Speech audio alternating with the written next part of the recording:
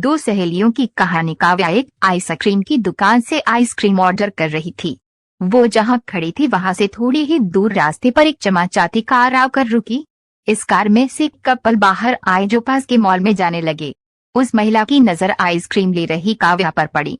वो उसके पास गई और उसके कंधे पर हाथ रखकर बोली, अरे काव्या तू, कितने सालों के बाद मुलाकात हुई है हमारी।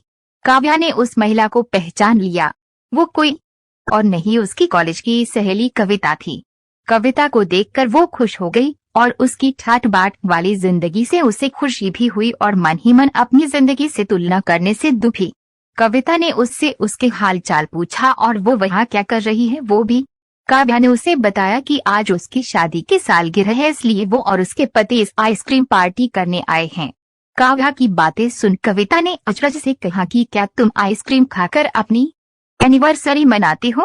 काव्या ने दुखी मन से कहा, हाँ, हमारी फाइनेंशियल कंडीशन इतनी अच्छी नहीं है, इसलिए हमें सोच समझकर ही खर्चा करना पड़ता है। कविता ने अपनी बड़ाई मारते हुए कहा कि उसका पति उसे एनिवर्सरी पर लंदन ले गया था। वो आगे बोली कि उन्होंने उसे ये डायमंड की घड़ी भी गिफ्ट दी। अपनी घड़ी दिखाने के लिए जब उसने अपना हाथ ऊपर उठाया तो उसके हाथ में वो घड़ी नहीं थी।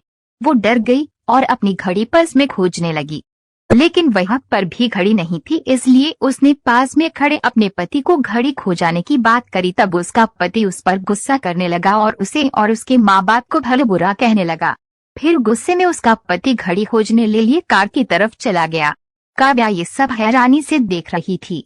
उसने कविता से पूछा कि उसका पति उसे कैसे बात करता है। कविता ने आंखों में आंसुओं के साथ कहा कि उसके ससुराल वाले रिश्तों से ज्यादा पैसों से प्यार करते हैं। काव्या को कुछ दिन पहले की बात याद आई जब उससे नया मोबाइल गलती से टूट गया था। उसने डरते डरते अपने पति से बोला तो उसके पति ने स्माइल के साथ उसे समझाया कि डरती क्यों हो, मैं इसे रिपेयर करवा दूंगा।